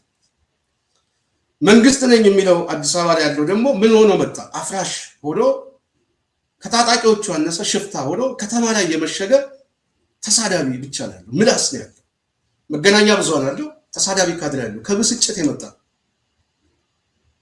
ከተማ ላይ የተቀመጠ ግን ሽፍታ ሆኖ አሁን ማለት ነው። ስለዚህ አሸነፍን። አሁን ድሉ የኛ ነው። ለውጥ የሚፈልገው ኃይል በተጨባጭ ድሉን አሳክቶታል። መጨረስ ነው ከዚህ በኋላ ያለው ማለት ነው። እንዴት ነው የምንጨርሰው የሚለው በውጭ በኩል በኃይል የተደራጀው ኃይል፣ በውስጥ በኩል ተደራጅቶ የተቀመጠው ኃይል የጊዜ ጉዳይ ነው። በጣም ባጭር ጊዜ ያንኩታል፣ ይጨርሱታል። ትግሉ ያለው እዚህ ላይ ነው ማለት ነው። ስለዚህ አብይ ተሸንፏል። ተወደደም ተጠላም ተሸንፏል። ትግሉም እያለቀ መጥቷል። ይሄ ትግል ግን እያለቀ ሲመጣ መዘናጋት የማያስፈልግ ሁለት ጉዳዮችን ልንገራችሁ። እነዚህ ሁለት ጉዳዮች ምንድን ናቸው? እነዚህ ሁለት ጉዳዮች አንዱ ብስጭት ነው፣ ሁለተኛው ተስፋ መቁረጥ ነው፣ ሶስተኛው ስግብግብነት ነው። ተስፋ መቁረጥ፣ ብስጭት፣ ስግብግብነት። ምናልባት እዚህ ውስጥ የተለያየ አመለካከቶችን ልናይ እንችላለን። ፖለቲካዊ ድንቁርና እና የውጤት ትንተና ማነስ። አብይ አህመድ ውጤት ትንተኛ አይመስለኝም። ጥሩ ምናልባት ሀሳብ የሚሰጡትም ሰዎች የሉ። ተረትና ምሳሌ ነው። የከበደ ሚካኤል ምናምን ተሰማ ምናምን ግጥም እየሰጡት ነው ሰውየው የሚናገረው። የመውጫ ሀሳቡ አያውቀው። አሁን የመጨረሻ ቅርቃር ውስጥ ሲገቡ እነዚህ ሰዎች ምን ውስጥ ገብተዋል? ቀውስ ካልፈጠርን ሞተን እንገኛለን ብሎ በሊቃን ደረጃ ሀሳብ ይዘዋል። ይሄ የቀውስ የመጨረሻ ምሽጋቸው አዲስ አበባ ላይ ነው። አዲስ አበባ ላይ ያለውን ቀውስ ለማዋለድ የግድ ኦሮሞን ማሳተፍ ያስፈልጋል ብለው አቅጣጫ ይዘዋል። ኦሮሞን ማሳተፍ ከቻልን መልኩን እንቀይረውና ውጤቱ ምንድን ነው ብለህ ብትጠይቀው እሱ አይመልስልህም። ግን ጠላት አብዝተው ተጠባባቂ የሆነ ወይ አደገኛ መልክ በኢትዮጵያ ውስጥ ለመፍጠር የመጨረሻ ብያኔ ላይ ናቸው። እነዚህ ኃይሎች ከዚህ ችግራቸውና ተሸናፊነት የመጣና ካደረ ስግብግብ አመለካከት፣ ተስፋ ከመቁረጥና ተሸናፊነት የፈጠረው አደገኛ ፍርሃት የቀውስ ባለቤቶች ሆኖ ከተማ ላይ የተቀመጠ ሽፍታው ነው። ስለዚህ አሁን ህዝቡ እዚህ ላይ ውሳኔ መወሰን አለብን ማለት ነው። አንደኛ አሸንፈናል፣ ድሉ የማይቀር ነው። ከድሉ በፊት ግን ሊያስከትል የሚችል አደጋዎች አሉ ብሎ መገመት ያስፈልጋል። አደጋው ምንድን ነው? ማልቀስ ነው። ሁለተኛው ግን አልቃሽ የሆነ ሰራዊት ወይም የሆነ ወከባ ምናምን አስነስቼ በተወሰነ መልኩ መልኩን እቀይራለሁ ብሎ ሊያስብ ይችላል። እያሰበ ብቻ ሳይሆን ወደ አፈጻጸሙ ገብቷል። ይሄንን ቡድን መመከት የሚቻለው ሁለት ጉዳዮች ላይ፣ አንዱ ቅድመ ዝግጅት ማድረግ ነው። በዝግጅት ራሱን አደራጅቶ በቁመና አሳድጎ መጠበቅ ነው። በዋናነት ከተማው ላይ ያለ ወጣት ይህንን ማዘጋጀት የግድ ያስፈልጋል። ሰፊ ስራዎች አሉ። ሁለተኛው ግን የታጠቀው ኃይል በውጭ በኩል ያሉት ትግሉን መጨረስ ያለባቸው ሰዓት እንደሆነ ማንበብ፣ የመንግስት ቁመና እንደያዙ በተጨባጭ የሚታዩ ጉዳዮች አሉ። ትብብሩ ምናምን ብዙ ስራዎች እየተሰሩ እንደሆነ እየተሰማል። ሀገር የማዳን ጉዳይ፣ ህዝቡን የማዳን ጉዳይና ይሄ ሽፍታ ሊያስከትለው የሚችለውን አደጋ መገምገም ግን ሂደቱን በአጭር ጊዜ መጨረስና ገፍቶ መምጣት በጣም ወሳኝ ጊዜው ስለሆነ። ሶስተኛው ግን እድል ያላቸው የታጠቁት የራሱ የአብይ ሟቾች ናቸው። መሐመድ ተሰማም አሰፋ ቸኮልም እዛም እዚህም ቢፍጨረጨር ሟች ነው። ከሁለት አንዱ ይሞታል። እነዚህ ኃይሎች አንደኛው የሚመጣው ኃይል ሊደመስሰው ይችላል። ሁለተኛው አብይ በሂደቱ ላይ አትራፊ ሆኖ የሚወጣ ከሆነ እነዚህ ሰዎች ይበላቸዋል። ምክንያቱም ታማኞች አይደሉም፣ በአሰላለፍ ታማኞች አይደሉም። አብይ አሰላለፉን በደንብ አሳውቋል። እነሱ አሰላለፋቸውን ማሳወቅ የራሳቸው ጉዳይ ነው። ስለዚህ በዚህ በቆም አስተሳሰብ ከአብይ ጋር አብረን እንቀጥላለን ብሎ እንደማያስቡ እርግጠኛ ነኝ። ምናልባት ትንሽ ንባብ ላላቸው እነዚህ ኃይሎች ከገባቸው ከመውደቃችን በፊት ከሚመጣው ኃይል መበላት ራሳችንና ደም ብለው ትጥቁንም ሰራዊቱንም አጠቃላይ አሰላለፉን እያዛቡት ወደ አዲስ አበባ መምጣት ጉዳት ይቀንሳል ማለት ነው። ምሽግ ውስጥ ከሚታኮስ ሰራዊት ይልቅ ከሚመጣ ኃይል ጋር ተስማምተ ተደራድረ ታንኩንም መኪናውንም መካናይዝዱንም ወደዚህ ማምጣት ብልጠት ነው፣ አሸናፊነት ነው፣ የመውጫ መንገድ ነው። ከዛ ውጪ የመውጫ መንገድ የላቸው። ስለዚህ የጽናት ቤተሰቦች ዛሬ ሰፋ አድርገን ፖለቲካዊ ትንተና የሰጠንበት የንድፈ ሀሳብ ትንተናዎች ናቸው። እነዚህ ሀሳቦችን ማነሳላቸው ከኦህዴድ ውድቀት ከለውጥ ፈላጊው አሸናፊነት የመጣ አሰላለፍ ዛሬ ብልጽግና ውስጥ ያሉት ሰዎች ከአበሻ ጋር አንነጋገርም፣ ከተማውን ካልሰጣችሁን ትፈርሳላችሁ፣ ሰራዊት እናስገባለን፣ አብይ አህመድ ኦሮሞ ቀበረኝ ያለው ብቸኛ ምርጫ እዚህ ላይ ቆሟል። ይህንን ማሰብ የሚያስከትሉትን ጉዳይ ማየት፣ በተመሳሳይ በምክክሩ የተጀመረው እንቅስቃሴ መፍረሱ የዚህ ውጤት ነው። በአጠቃላይ ይህንን ስንገመግመው በሁለት ትላልቅ ድሎች ቁመና ላይ ተገኝተናል። አንዱ ብልጽግና በሁለመናዊ ፖለቲካዊ ሽንፈት የገጠመው የአሸናፊነት ብያኔ እጃችን ላይ ገብቷል። ሊወጣ አይችልም። ከዚህ በኋላ ራሱ የሚሸጥበት ሀሳብ የለውም። ሀሳቡን ጨርሷል። ምላስ ነው ያለው፣ ስድብ ነው ያለው። ስድብና ታጣቂ ምናምን የሚላቸውን የተወሰነ መልኩ ግጭት መፍጠር ነው። ከዛ ውጭ ብልጽግና መምራት አገር አይችልም። አበቃ። ይህንን የተስማማው ራሱ ብልጽግና ነው፣ እዛ ውስጥ ያሉ ሰዎች። ስለዚህ ሊገጥም የሚችለው መልኮቹን አሳያቸዋለሁ። አንዱ ግን ፖለቲካዊ ድል ጨርሰነዋል። ሁለተኛው ወታደራዊ እንቅስቃሴ ቅድም ያልኳቸው ውጭ ኃይሎች የነሱ ያሰላለፍና የግምገማ ነጥብ ነው። ከዚሁ ጋር ያለው ግን የመጨረሻው የመውጫ ሐሳብ ብለው ምናልባት የሚያመጡት ብልጽግና በራሱ ፖለቲካዊ ውድቀት ሲወድቅ፣ በተለይ ይሄ ምክክር ኮሚሽን አሁን እየፈረሰ ነው። የመጨረሻ ሐሳብ ያደረጉት ከዚህ በፊት ያስቀመጡትን አጀንዳ ስልታዊ በሆነ መልኩ ወይ በድርድር በማስጨነቅ አሸንፈን እንወጣለን የሚል አቋም ተዘግቶባቸዋል። አሁን የመጨረሻ ጥፋት ውስጥ የገቡት ቢችሉ ቢያሸንፉ በዛ ህግ አድርገው ሊያመጡት ነው። ህግ አድርገው እኮ በራሱ እኮ ያስፈጽሙታል ወይ የሚለው መሬት ላይ እሱ ማንም ሰው ቢገምት የሚቻል አይደለም። ቀውስ ነው የሚፈጠረው። አላማቸው ግን ለግጭት የሆነ መግቢያ እናገኛለን ብለው ስላሰቡ ነበር። ስለዚህ እሱ ሲከሽፍ አሁን የምክክር ኮሚሽኑ እንደተናገሩት የምንሰማው ውሳኔ አይወሰንም፣ ወደፊትም አይወሰንም። ስለዚህ ውሳኔው በምን ይታጠፋል አሉ? በቀጥታ በህግ አውጪው፣ በህግ አስፈጻሚው፣ በህግ ተርጓሚ በእነዚህ የመንግስት አካላት የሚወሰን ነው። እኛ የምንወስደው ምክር ሀሳብ ነው። አደባባይ ላይ መጡ ማለት ነው። ስለዚህ ውሳኔው ማን ሊወስነው ነው? ራሱ ኦህዴድ። መጀመሪያ ኦህዴድ የፈለገው በናሽናል ዲያሎግ ስም ሰዎች ተመካክረው ስጦታ ሰጠኝ ብሎ ሊቀበል ነው። እሷ ልሳካለው ወደ ማስፈራራት ወደ ግጭት ውስጥ ገባ። በራሱ እንደ ድርጅት አንድ እንዳልሆኑና ፍርሰት እያጋጠመው እንደሆነ ሲገባው ውሳኔው ታጠፈና ወጣ።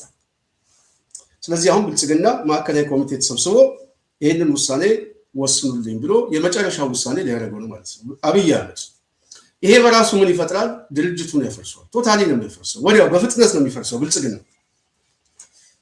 ብልጽግና ሲፈርስ ሊፈርስ የሚችለው ሰራዊቱን ጭምር የታጠቀውም ይፈርሳል። ስለዚህ ይሄ ታጠቀው የሚፈርሰው የኃይል ምርጫ ያለው ዛሬ ኦህዴድ ነው። ከተማ ላይ ያደራጀው በየተቋሙ የጸጥታ አካል ኦህዴድ ይዟል። ስለዚህ ሌሎቹ በተመሳሳይ በኦህዴድ ውስጥ የመበላት እድል ሊኖራቸው ስለሚችል ይህንን ቀድሞ በመገንዘብ አሰላለፋቸውን መቀየር አለባቸው ማለት ነው። ፈርሷል። ስለዚህ አደጋም እንደሆነ ገምተው በጸጥታ መዋቅር ውስጥ ያሉ ሰዎች ተደራጅተው ራሳቸውን መጠበቅ የግድ ያስፈልጋል ማለት ነው። ይሄ ቡድን እየፈረሰ ሲመጣ ሲስተሙ ነው ኮላፕስ እያደረገ ያለው። አጠቃላይ ሂደቱ ተበትኗል። ስለዚህ የጸጥታ መዋቅር ውስጥ ያላችሁ ሰዎችም የምናውቃችሁ ሰዎች አላችሁ፣ በተለያዩ ፌዴራል ፖሊስ ምናምን እናንተ በውስጥ በኩል ተደራጅታችሁ ውጭ ያሉ መጠበቅ ያገዛዙ ስንብት መጨረሻ ላይ አዲስ አበባ ላይ ስለሆነ መንፈራገጥ ውስጥ እንዳይገባ እጁንም እግሩንም እየጠበቁ መንቀሳቀስ የግድ ያስፈልጋል። ስለዚህ በአጠቃላይ ብልጽግናም የአማራ ብልጽግና ያከተመለስ ጉዳይ ነው። ከዚህ በኋላ የአማራ ብልጽግና የሚጠብቀው ሁለት ጉዳይ ነው። በተለይ አማራው ለአዲስ አበባ አንገቱ ነው።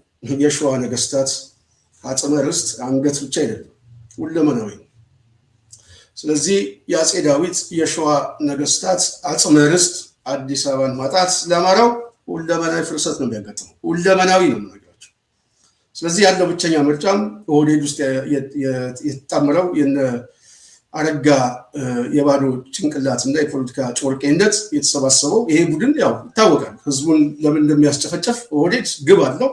እነሱ ግን ድንቁርና ስላላቸው ዓላማው አልገባቸውም። ዓላማው ከዚህ ጋር ቢገባቸው ዛሬ አዲስ አበባን ጥያቄ የጠየቁበት መንፈሱ እና እዚህ ግጭት ውስጥ የገቡበት አማራውን ለምን እንደሚገሉት እንደሚጨፈጭፉትና ጦርነት ማቆም እንደማይፈልግ ምክንያቱ ምንድን ነው ለሚለው በጣም ተራ ጥያቄ ቢገባቸው ግን አልገባቸውም። አይገባቸውም እነዚህ ያሉት። የመጨረሻ ድል ግን ሁለት አላቸው እነሱ። አንዱ ከፍርሰቱ ጋር አብሮ መፍረስ ነው፣ ይደመሰል። ሁለተኛው አዲስ አበባን ሸጬ አማራ ክልል ላይ ተመልሼ ቤት ይገባለሁ ብሎ ማሰብ ምናልባት ህዝቡ እንደ ህዝብ ወጥቶ አክሳሪውንም ከሳሪውንም ዋጋ ሊያስከፍል ይችላል። የሚቻል ነው፣ ይጨርሳቸዋል። ስለዚህ ይህንን ማሰብ የግድ ያስፈልጋል። ተስማምቼ ፈርሜ ወጥቻለሁ ብለህ በማዕከላዊ ኮሚቴ በምናምን ከዚህ በኋላ ያለህ የመውጫ መንገድ የአሳው ያህል ከባህሩ ላይ የወጣ አሳ ያለችው ትንፋሹ እስክትወጣ ነው። በአዴን ያለው የአሳው ነፍስ ነው። የሚመጣውም ወይ አውጥቶ ይጨርሳል። ህዝቡን በተመሳሳይ በአዲስ አበባ ቀልድ የለውም። የከተማው አዲስ አበባን በተመሳሳይ ማለት ነው። ስለዚህ አማራው ለብተና ለከፋ አደጋ የሚዳርገው አጠቃላይ ሀገረ መንግስቱን ብቻ ሳይሆን ኦህዴድ ሊያፈርስበት የሚችለው ራሱ የአማራውን ስነ ልቦናና ቀጣይ አንድነትን በማፍረስ በአማራው ፍርሰትና ሞት ላይ የተመሰረተ ኢምፓየር ሊገነባ እንዳሰበ ስንነግርህ በተጨባጭ ዛሬ ትላንት ይሄ ከገባ ልትነቃ የሚገባው ዛሬ ነው። ነገ የመንቃት ጊዜ ነው፣ የስንብት ጊዜ ነው። ይህንን ማድረግ የግድ ያስፈልጋል። ስለዚህ ከፈረሰ ቡድን ጋር አብሮ መቆም አዋጭ አይደለም። አሰላለፉን መቀየር፣ በየአካባቢው ላይ ሚኒሻ ምናምን እየቀጠርክ እዛ በህወሓት በኩል ያለውን ኃይል እመክታለሁ ብለህ የምታስብ ከቻልክ ሚኒሻውንም ትጥቁንም መጋዘኑንም ለፋኖ እየሰጠ መውጣት የመጨረሻ እድል ነው። ትግሉን መጨረስ የሚችሉ ኃይሎች እየጨረሱት ነው። ነፍስህን ማዳን ግን ያንተ ድርሻ ነው ብለን እናስባለን። የጽናት ሚዲያ ቤተሰብ ዛሬ በስፋት ነው ከእናንተ ጋር የተወያየ ነው። ጥሩ ሀሳብ ነው የተወያየ ነው። ያው ሰፊ የፖለቲካ ትንተና ነው ዛሬ የሰጠንበት። ይህን ሀሳብ ለሚገባችሁ ሰዎች ሚዲያውን አግዙ፣ ጽናትን ደግፉ። በነገራችን ላይ ጽናት ብዙ ሰው እንደግፍ ማለት ያው የተለያዩ የመደገፊያ ፕላትፎርም ይዘጋጅ እያሉ ነው። ብዙ ሲስተሙ ላይ እንትን አይደለም፣ ግን ጎፈንድሚ መክፈት ስምጭ የጽናት ቤተሰቦች ካላችሁ ጽናትን እንድትረዳ በጎ ፈቃደኝነት የምታግዙ ሰዎች ካላችሁ ደስ ይለናል። ይህንን በማድረግ ምናልባት ህዝባችን ጽናትን በተለያየ መልኩ እየደገፈ ሚዲያ እንዲያጠናክር ሀሳባችንን እንድናሰፋ በዘላቂነት ስለሚጠቅመን ከጽናት ጋር ሆኖ እዚህ ጋር ሀሳብ የሰጣችሁን የጽናት ቤተሰቦች ከልብ እናመሰግናለን። ጥያቄም ካላችሁ በውስጥ ላኩልን። ደስ የሚለው አንድ ትልቅ ቁም ነገር ጽናት ሚዲያ በአጭር ጊዜ ውስጥ ኦህዴድን እርቃኑን አስቀርቷል። አብይ አህመድ ዘረኛ አመለካከቱ ብቻ ሳይሆን ከኋላ ኪሱ የያዘውን ካርታ ወደ አደባባይ ማምጣት ይችለናል። እሱም ማሳመን ለህዝቡ ዛሬ ቀላል ሆኗል።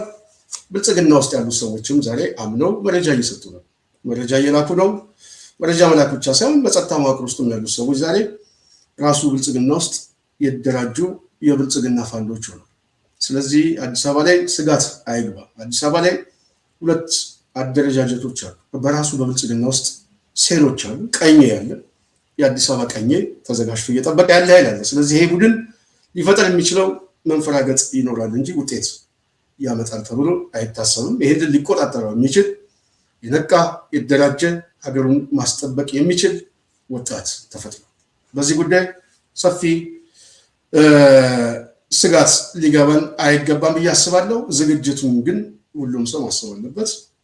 የሚያስከትለውን አደጋ መመከት የሚችለው ደግሞ በመነጋገር በመደራጀት ስለሆነ በየአካባቢ 30፣ 50፣ 40 ሆነ ተደራጅተው መጠበቅ የግድ ያስፈልጋል። ለውጥ በአጭር ጊዜ ይመጣል። በኢትዮጵያ ውስጥ ያለውን ለውጥ ግን ወደ ሀገራችን ገብተን ሁላችንም የትኛውም ህዝብ የማይገፋበት የተረጋጋ ሰላም የሚመጣበት እና በህዝቦች አንድነትና ትብብር ሐቀኛ መንግስት ከዚህ በኋላ የምናስበው ስርዓትን ለማፍረስ ሳይሆን ስርዓቱን በራሱ እየገነባ የሚመጣ ሲስተም ተፈጥሮ በኢትዮጵያ ውስጥ ማየት እኔ በግሌ በጣም እናፍቃለሁ። ብዙ ወገኖች ይናፍቃሉ ብዬ አስባለሁ። ይህንን ለመፍጠር ትግል ያስፈልጋል። ባለፉት 30 ዓመታት ይህንን ለመፍጠር ብዙ ድካምና ዋጋ አስከፍሎናል። አሁን ግን ያ ፍሬ የሚመጣ ይመስለኛል። ከችግርም ከሂደትም ከውጤትም የተማረ ሊቅ እየተፈጠረ ማለት ነው። ለዛ ግን ሁሉም ሰው መታገልና ትግሉን መደገፍ ያስፈልጋል ብዬ አስባለሁ። የጽናት ቤተሰቦች ስለነበረኝ ቆይታ ከልብ አመሰግናለሁ። ሀሳብ አስተያየት የሰጣችሁ የደገፋችሁን በጣም እናመሰግነው። የጽናት ቤተሰብ በሚቀጥለው እስክንገናኝ ሙሉ ፕሮግራም ያዘጋጀውላችሁ እኔ ስንታየው ቸኮል ነኝ። በዚሁ ልሰናበት።